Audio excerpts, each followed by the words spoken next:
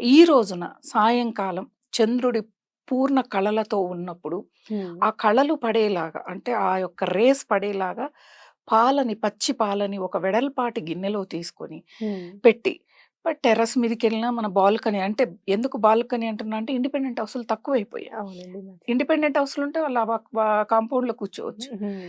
ఆ బాల్కనీలో ఆ రేస్ పడేలాగా పెట్టి లలితా సహస్రనామాన్ని పారాయణం చేయాలి ఈరోజు. హుహు. చేసి అయిపోయిన తర్వాత ఆ పాలు అమ్మవారిని ఆ చంద్రుడిలో దర్శనం చేసుకోవాలి. ఎలా అంటే భావన. హ్మ్. మన భావనకి చాలా శక్తి ఉంటుంది. అవును. అలా చేసుకొని ఆ పాలని ప్రసాదంగా హ్మ్. చాలామంది పౌర్ణమి రోజు కూడా ఉపవాసాలు చేస్తారు. హ్మ్. మనం గమనిస్తే ఉత్తరాదికి వెళితే పౌర్ణమి ఉపవాసాలు ఎక్కువగా ఉంటాయి వాళ్ళకి. హుహు. ఇప్పుడు కార్తీక పౌర్ణమి వచ్చే వరకు కూడా ఇంట్లోని మహిళలందరూ కూడా ఉపవాసం చేసి హ్మ్. సాయంకాలం అన్ని రకాల వంటకాలన్నీ చేసి చంద్రుడికి నివేదన చేసి తర్వాత జల్లెడలో చంద్రుడిని చూసి తర్వాత